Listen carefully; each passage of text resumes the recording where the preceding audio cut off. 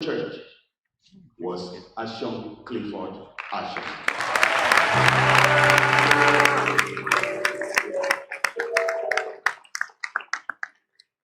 It was Sunday, January 3rd, 1960. The baby's father was the late Reverend John Otse Ashong of Inaugural, a leaguer in the present Obodo government area of Cross River State, while his mother is Mrs. Janet Ozepi Ashong from a neighboring Emukwong, also of a leaguer clan in Obodo. The circumstances surrounding this first male child of the family, whose birth significantly came on Sunday morning, and particularly in response to the church bell, made his parents, like those of Moses, to reckon with him as a proper child, whose destiny would neither be extricated from the church nor be disconnected from God. These prophetic musings began quickly to manifest in the life of today's inaugural lecturer. As a pastor's child and the first son at that, little Ashong attended many primary and secondary schools, courtesy of his father's pastoral regular transfers from place to place. They included St. Peter's Primary School, Benin, in the present Obanliku local government area, and St. Anthony's Primary School, Emukwong. Boy Ashong eventually completed secondary education in Government Secondary School, Ubulu, from which he obtained the West African School certificate in 1976. Ashong, who has the uniqueness among his peers as one who did not skip any of the rungs of tertiary education, attended the Federal College of Education, Panchin, in the present-day Plateau State, where he obtained the Nigeria Certificate in Education (NCE) of the University of Jos in 1981, specializing in English and music. By 1982, he had enrolled in the University of Calabar, Cross River State, to study English education and graduated in 1984 in the coveted second-class upper division. In 1984, the management of the erstwhile University of Cross River State, UNICROSS, now University of Uyo, had determined to hire young people with pyrotechnic brilliance as teaching assistants with whom the future of academic scholars of the university would be secured. That was how young Ashong Clifford Ashong, who had dropped his application for employment, was hired in 1985. His contemporaries hired along with him as teaching assistants included Professor Zana I. Akpabu, immediate past Vice Chancellor of the University of Calabar, Mr. Elijah Paul Alexander of the African Development Bank, Professor Joseph Eushe, the current Dean, Faculty of Arts, Mr. F. Sonny Udo of the African Development Bank, Professor Effiong Ekpeyon of Foreign Language Department, my humble self of the Department of Theatre Arts and Film Studies. The teaching assistant rank, now called brother assistants, being a trainee one, Mr. Ashong was one of the very first to take advantage of staff training opportunities, and in 1986 he was admitted to the very esteemed University of Ibadan to pursue a Master of Arts degree in Applied Communication. Ashong pocketed that degree in a record time of 1 year, namely 1987. Still burning with a climactic craze for the highest research degree, Mr. Ashong was to return to Ibadan and to the same Communication and Language Arts Department for a Doctor of Philosophy program of study. In 1995, Mr. Ashong had his academic baptism and rechristening, having been awarded the Doctor of Philosophy degree in the Faculty of Arts, University of Ibadan. His nomenclature thus changed to Dr. Ashong Clifford Ashong. Between 1995 and 2015, Dr. Ashong settled down to brass tacks in teaching, researching, and community service. His committed and dedicated efforts paid off And in 2016, Dr. Clifford Ashong had justifiably, by the mercies of God, transmogrified in scholarly dynamics to the fulfilled rank of Professor of Development Communication, University of New York.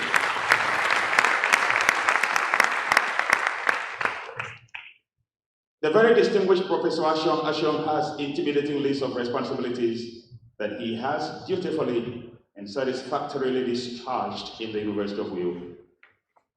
They include chairman or membership of council, senate, faculty, and departmental panels and committees, such as acting head of Department of Communication Arts, President Association for Language, Literature, and Communication Studies, member Board of Directors, University of New York Holdings Limited, Chairman, Victory Chapel Executive Council, member University of New York Labor Relations Committee, member University of New York Committee on Freedom of Information, and member University of New York Governing Council to lead the way debate.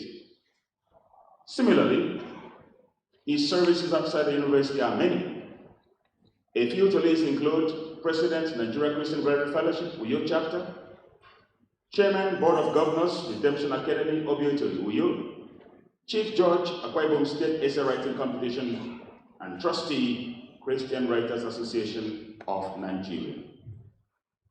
He is a member of many professional bodies, which include the following: member, Nigeria Institute of Public Relations, member, International Environmental Communication Association, member, Public Communication of Science and Technology, member, African Council for Communication Education, member, Association for Language, Literature, and Communication Studies, and member, National Association for Research and Development. The inaugural lecture of today is not only fanned and kindled by local flames, he has also made his mark in reputable settings internationally. He has an impressive list of over 40 publications in reputable communication journals across the world, including the USA, Canada, China, India, Ghana, Tanzania, and Pakistan. Particularly, he has attended conferences and presented papers in Legon, Ghana, Florence, Italy, Uppsala, Sweden, Salvador, Brazil, and Boulder in Colorado, USA. This is then a professor whose ideas in applied communication have found not only applications in his own country, but in other countries of the world. He has thus contributed immensely to knowledge and firmly put the University of Uyo's name, as well as Nigeria's name, in the honors roll of the Committee of Communication Scholars. Please do clap for this gentleman.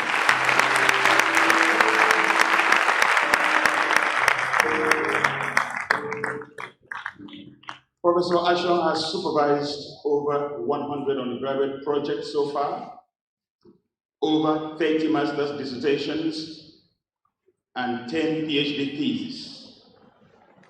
Beyond the common yardings of a teacher, Professor Ashong has persuasively come across as mentor, motivator, inspirer, succorer, and helper to many across board. Even if he wouldn't pray for himself, his good deeds to people, which result in their praying for him, would capably sustain him and his. Professor Ashong is indeed a celebrated teacher by his students and colleagues.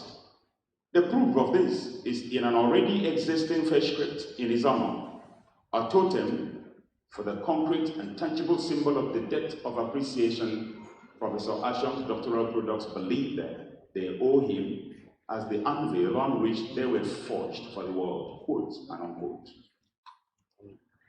Ashong Clifford Ashong is a Bible-carrying and practicing Christian.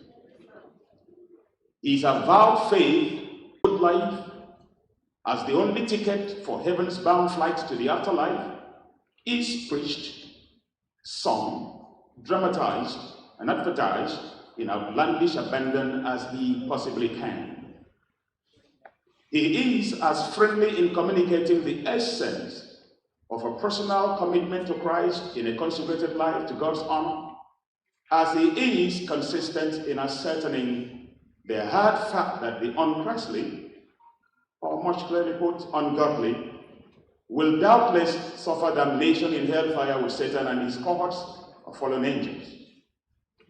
He enjoys the wisdom in a poem by an anonymous poet who wrote that, quote, "Hell is a discovery made too late," unquote. Ashong would premise on that to exhort fellow professors in particular, and all concerned in general, to toe the path of wisdom and repent, so that intelligent scholars whom they are not cajoled by satanic whims, rebellious and disobedient caprices, to die like brazenly foolish folks, only to wake up yonder to behold the stark hard truth that eternity in two unaligned abodes, heaven and hell, truly existed. His family. Professor Ashong got married to Reverend Angela and Dorunimye Isemi Ashong in a simple but beautiful wedding in Ogun on February the 3rd, 1990. Ladies and gentlemen, I hope you have recognized the significance of number 3 in the life of Ashong Ashong. He was born on the 3rd of January, he got married of February, and he is the 83rd inaugural lecturer.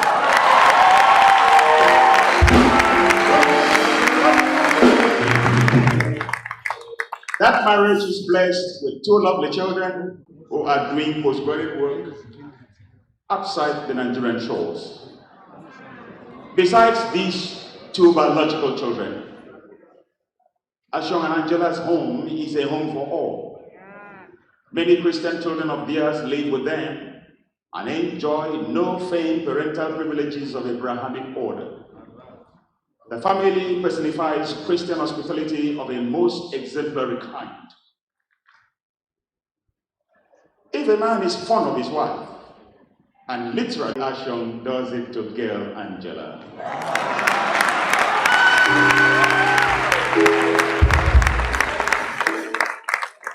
He calls her by the pet name Angel, to give her his untiring attestation that, girl, you are simply rollickingly beautiful. He also calls her First Lady, to boast an unequal prerogative to her status. Of course, trust Angela to be dashing in a romantic reciprocity. They do make marriage quite an attractive deal.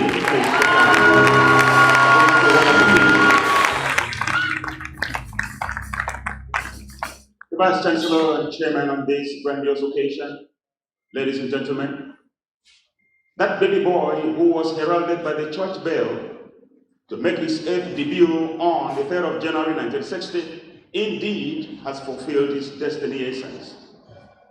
Not only is he a committed born-again Christian, he has over the years till date been a church boy and a God boy.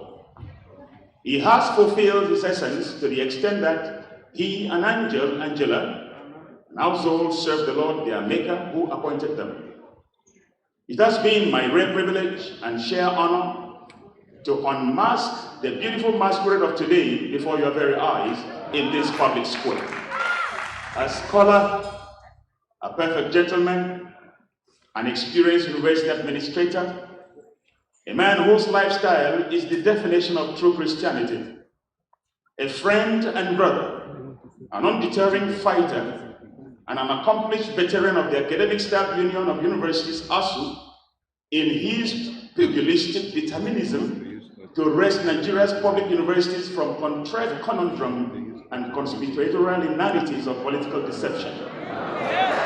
What a moment it has been for me to present a great man whom we share common grounds in many fronts. Please join me this time to herald the deserving occasion, the very humble lecturer, Professor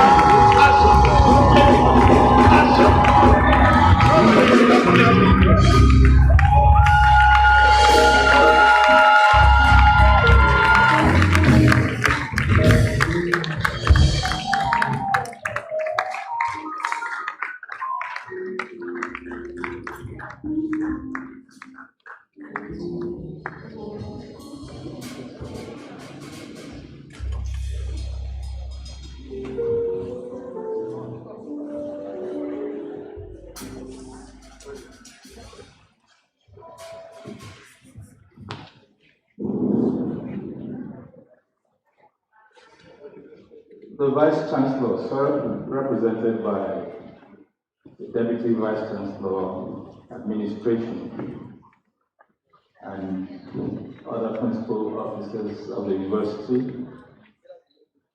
Ladies and gentlemen, it is my pleasure to please adopt the protocol that has been established. I have a rare privilege to present an inaugural lecture, and my heart is full of gratitude to many people who made it possible. First on the list is God Almighty, and that gratitude is summarized in this song, which I've invited my friends from God's ambassadors to please help me sing.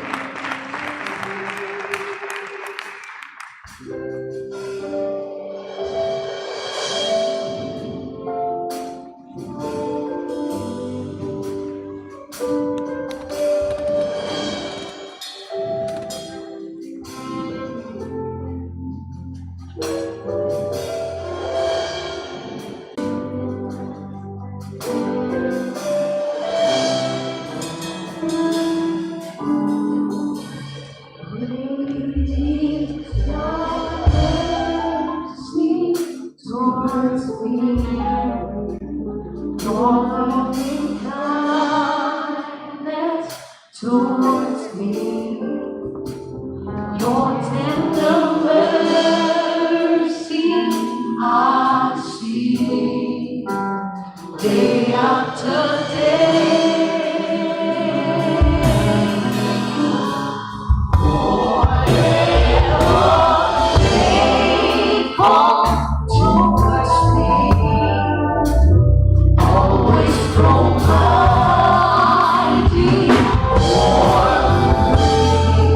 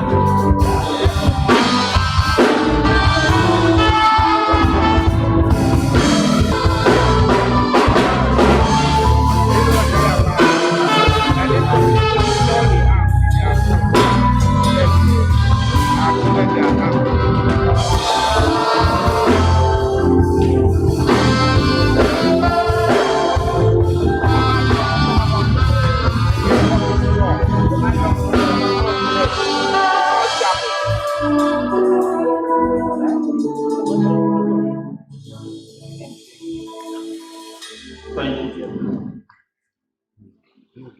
Mr. Vice Chancellor, with all my heart, I will with the psalmist sing of the mercies of the Lord forever, because God has been good to me in more ways than I can recount.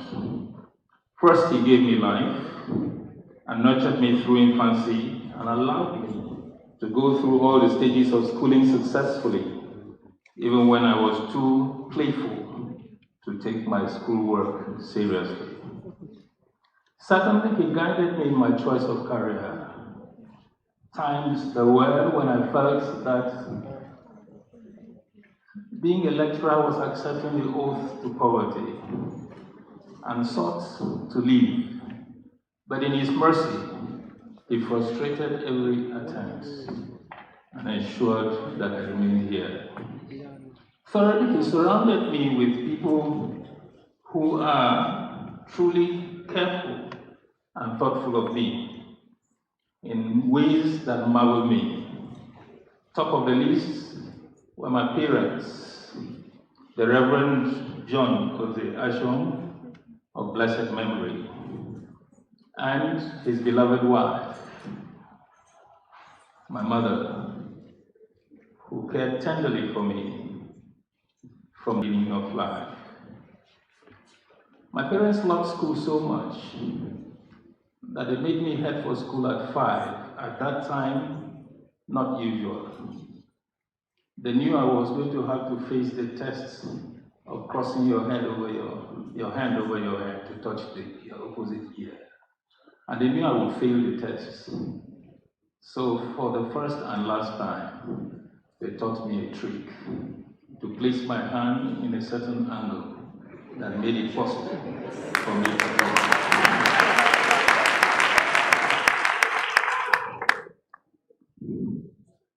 With them and my my siblings, particularly my 2 elder sisters, who gladly allowed me to go ahead of them to school.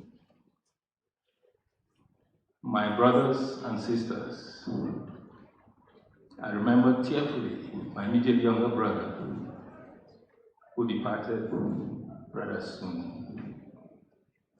But all my siblings have shown me so much love, I couldn't wish for a different family. Along with them, I acknowledge my brothers and sisters in law, Dr. Godwin Okwai, Mr. Anthony Okawa, Ohem, Mrs. Esther Andrew Ashong, Mrs. Margaret Justin Ashong, and Mrs. Rachel Ashong. Also with my family, I'd like to acknowledge this couple that took my wife in 1986. They became her parents, and through them, she learned to love both God and mankind. The Reverend Ekpenyom Bassi and his wife, Patience Bassi. At school, I was privileged to have very many interesting people around me. My classmates who taught me to compete without being envious. With them, I learned many great things, but with them I also learned many pranks, some of which I would not be too pleased to have my students play on me. I'd like to acknowledge them and the joy they gave me, and in representative capacity, I acknowledge my dean, my classmates.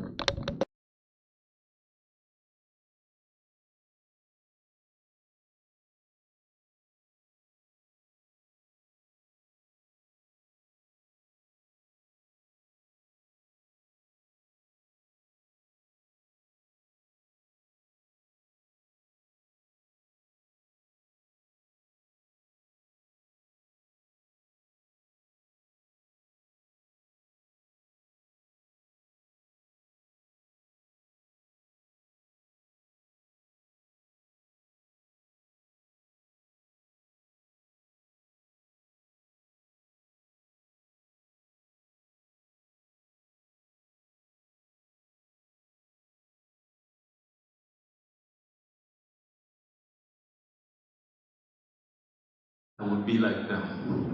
I don't know if I have succeeded. At the NCE level, I met a Briton who told me that if he had the money, he would have made me read in the UK, Mr. David Pallet. He also, incidentally, sowed in me the seed that became development communication, because I remember him coming to class one day and spending time trying to define the word development, and I instantly became interested. This was in 1979.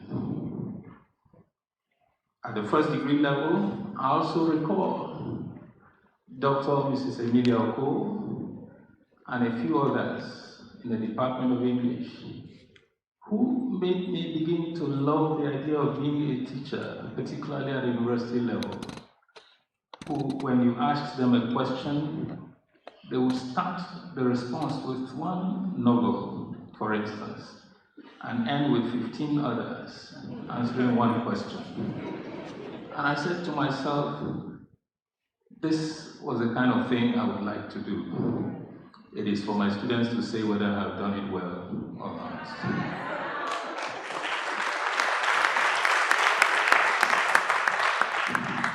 Also, at my first degree level, I met a man who came on sabbatical from the University of Ibadan, Professor Solomon Uno, a gentleman, soft-spoken, firm, and gigantic in scholarship. He concretized the idea of becoming a lecturer. And because he was in Unicross, I ran down to him and said, I'd like to join you. And he said, I would gladly welcome you. He facilitated my becoming a teaching assistant in 1985. And while here in Unicross, I have had the privilege of working with several Vice Chancellors, beginning with Professor Donald Ekong, who taught me to make juniors feel at home and to have a sense of self-worth. I also worked under Professor Ayo Kun, who was compelled by financial constraints to introduce the half-pay salary, half-pay for beneficiaries of staff development. It was like a two-edged sword. Whilst it cuts deeply and painfully, it had the advantage of making us want to return home quickly. So we faced our work. That's why it was possible to do the master's in 12 months. After him came Professor Fola Lasisi, who, you must agree, laid a beautiful foundation for what is University of Uyo today. After Fola Lasisi, we had an acting Vice Chancellor, Professor Odoetu, who gave me my first experience as a sabbatical leave scholar, even though his tenure was rather brief. Then came Professor Akpan Eko, or is it the other way around? The other way around. Professor Akpan Eko cannot be forgotten in a hurry by anyone who worked under him. He gave me the opportunity to serve as acting head of department, and during that time, I had my baptism at the Senate, and it helped me to learn that to be anything in the university, you had to be a professor. After Professor Akpaneko, we had Professor Professor Akaneren SCN. Interestingly, it was under him that I served as chairman of ASU, and I learned a lot.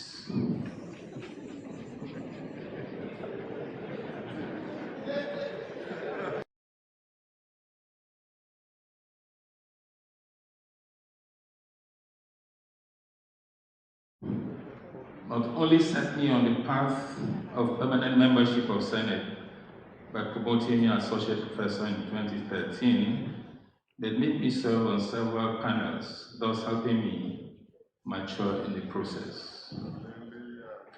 Professor Nephew Essien ensured that my story of delayed promotions was changed when he presided over the process that made me professor in 2016.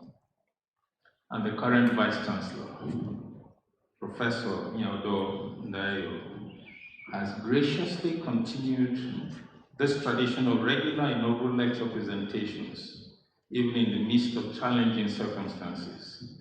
This made today possible. Mr. Vice Chancellor, sir, thank you.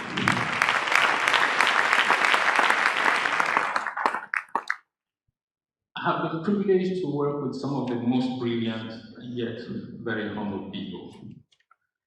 I was pleased to see Professor Des Wilson walk in this afternoon.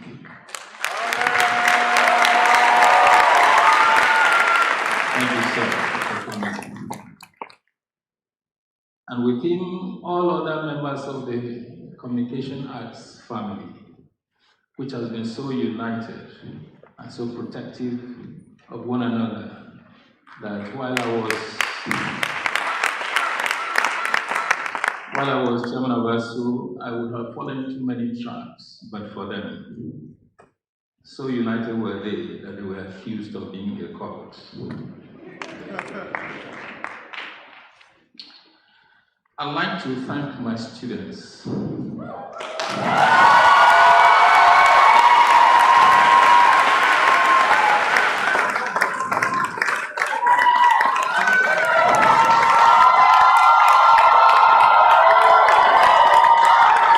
Thank you all for helping me believe in myself.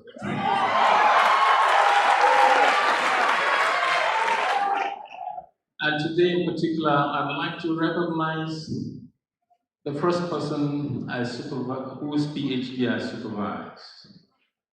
He is today the head department of mass communication, University of Port Harcourt. Himself, Professor Anifio Udodo. He told me he will be here. Professor Udodo, are you here? Please rise for recognition. Thank you.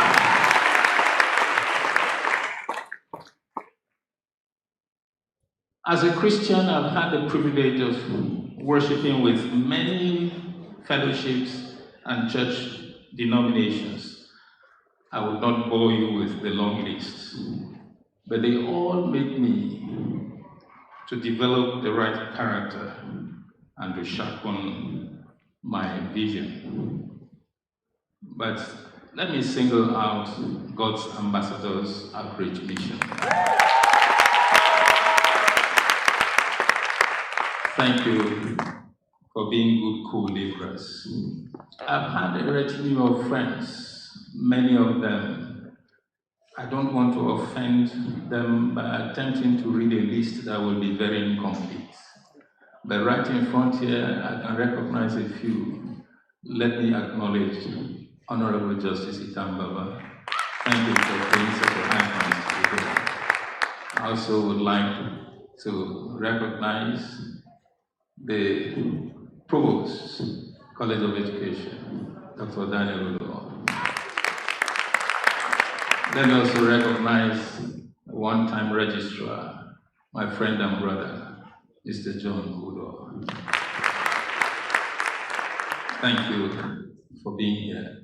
And the chaplain of Victory Chapel, the man I call Bishop, even though he doesn't like the title, the Reverend I.F. Udo and Mrs.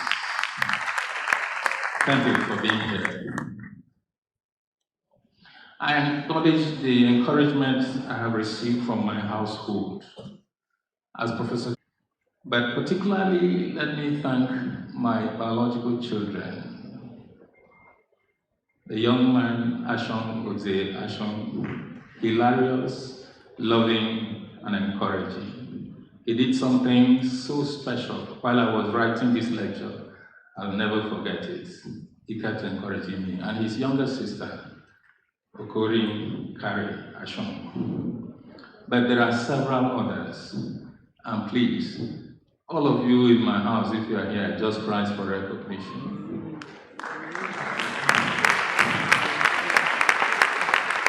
There are several others. Some of them are very busy right now. Thank you. Please sit down. Mr. Vice Chancellor, I have reserved this one to the last. This is my jewel, my angel, whose entrance into my life has brought me warmth, courage, faith, love, peace, fame, and success.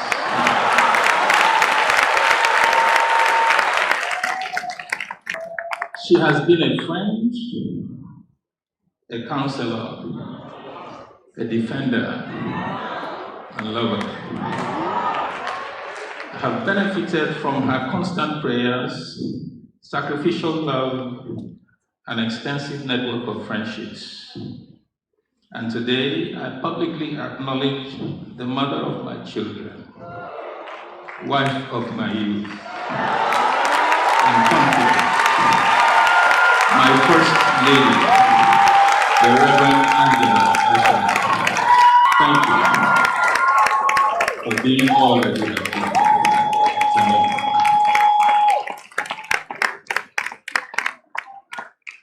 I believe I'm already beginning to bore you with my long acknowledgements. Let's go into the lecture. The lecture is titled Mainstreaming Development Communication for National Development. Question is, why this topic? It will soon become apparent to you. Development communication is about advocacy in the main.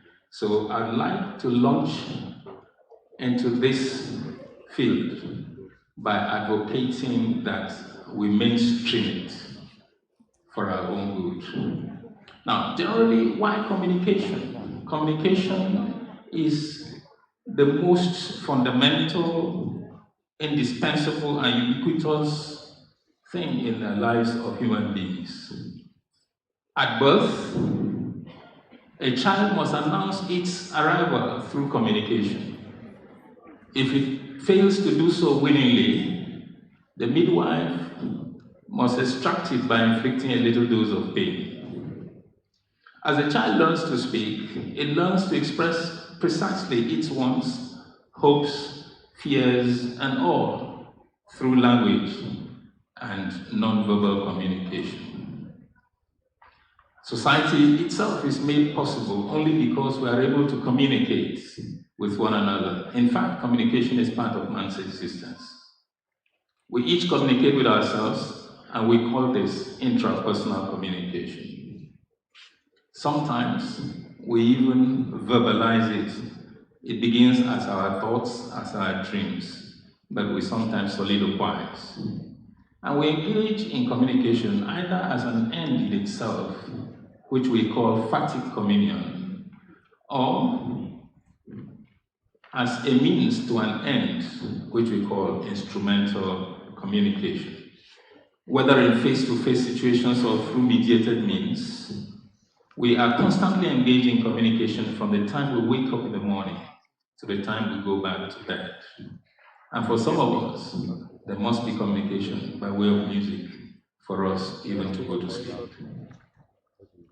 The essence of communication is to share meaning or to produce mutual understanding. The point of this discussion is that we do not have much of a choice as far as communication goes. We communicate willy-nilly, because even when we elect not to communicate, that action in itself communicates something. Therefore, communication is part of all spheres of life: family, school, business, worship, leisure, etc.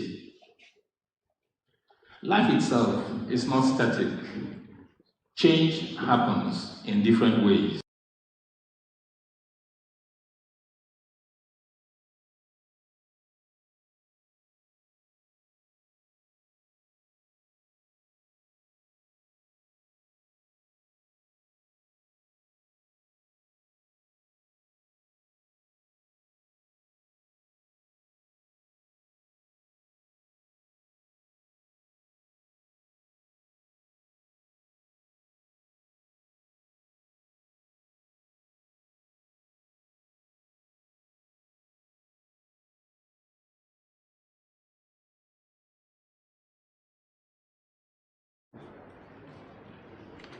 What then is development communication?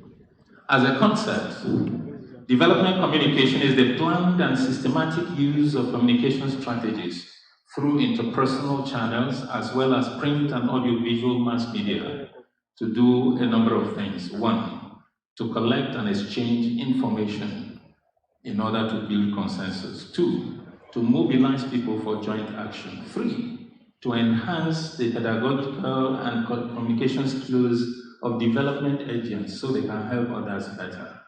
Four, to apply communication technologies to training and extension programs, particularly at the grassroots level. The sum of communication efforts aimed at achieving the societal goals of improving the living standards of its citizens is what constitutes development communication. It implies the creation of programs and the coverage of events that will create a climate of readiness for change, a raising of development consciousness, a persuasion of productive attitude, a change of all patterns of behavior that are backward in nature, a campaign for participation and other forms of support for development, programs or projects, and the evaluation of the objectives and implementation of the development initiatives. It is also the concern of development communication to ensure that development efforts, as well as the benefits deriving from such efforts, are sustained over time. We're talking of national development, and one may ask, what does it mean? For me, it has two strands of meaning. One concerns the notion of nationhood, while the second focuses on the improvement of the well-being of the nationals. As defined by the Dictionary of the Social Sciences, a nation is the largest society of people united by a common culture and consciousness. While a nation occupies a common territory so that its members have common interests of place and land, the vital binding force of a nation is variously derived from a strong sense of its own history, its special religion, or its unique culture, including language. A nation may exist as a historical community and a cultural nexus without political autonomy or statehood. Now, nationhood, therefore, is not just a function of surface facts such as territorial specificity and political self-determination that are obvious to everyone. It consists in such other important things as a shared cultural heritage and a determination to collectively exploit that joint inheritance for the benefit of all. It lays deserved emphasis on the place of culture and language as important indices of nationhood. Now, in Udo's view, nationhood in its broad sense includes the evolving national character, national status, national identity, and political independence. In other words, we're referring to a country that is geopolitically, socioculturally, economically, and linguistically emancipated. Udo cites Fishman, who states that nationhood in its narrow sense means a state where an entity has a political, geographic boundary and has gained admission into the United Nations. She then concludes that, seen in this light, Nigeria may be said to have attained nationhood. She goes on to discuss the role that language plays in the process of evolving a national identity. And almost 20 years earlier, I had argued that in spite of the multiplicity of indigenous languages, Nigeria could harness them as a part of its forces for national development by encouraging the publication in indigenous languages of documents required for the socio-economic development of the country. My reasoning was that if indigenous languages, particularly those regarded as minor, were developed and actively utilized, it would encourage the speakers of such languages to see themselves as belonging to a nation and thus help develop a national consciousness. Language, being part of culture, plays a socializing role in a most imperceptible manner. Its use instills certain values and expectations in its user in a rather unobtrusive and therefore most effective manner. It uses folk tales, myths, legends, fables, riddles, and proverbs, and these, when encountered in texts, are likely to influence readers positively, thus contributing to national development. The second strand of the meaning associated with the concept of national development has to do with the well-being of the nationals. In the past, development used to be described in purely economic terms. However, beginning in the 1980s, writers, particularly in the Third World, began to question this perspective of development. The inadequacy of this approach stems from the fact that national economic growth may not be an infallible index of national well-being. The current thinking, therefore, is that development must take into consideration human factors. Now, I would like to identify a few indicators of national development. A number of us have begun to do this for a long time. Johnson, or DeGraft Johnson, outlined 3: gross national product, social and economic variables like education, literacy, the labor force, etc., and then the fertility levels. He says that 35 per thousand or more is considered underdeveloped.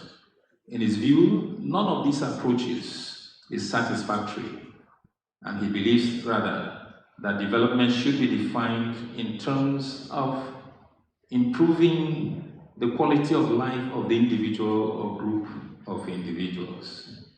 Now, Oladipo states that development in general is a process of economic and social advancement which enables people to realize their potentials, build self-confidence, and live lives of dignity and fulfillment. It is a process aimed at freeing people from evils of want, ignorance, social injustice, and economic exploitation.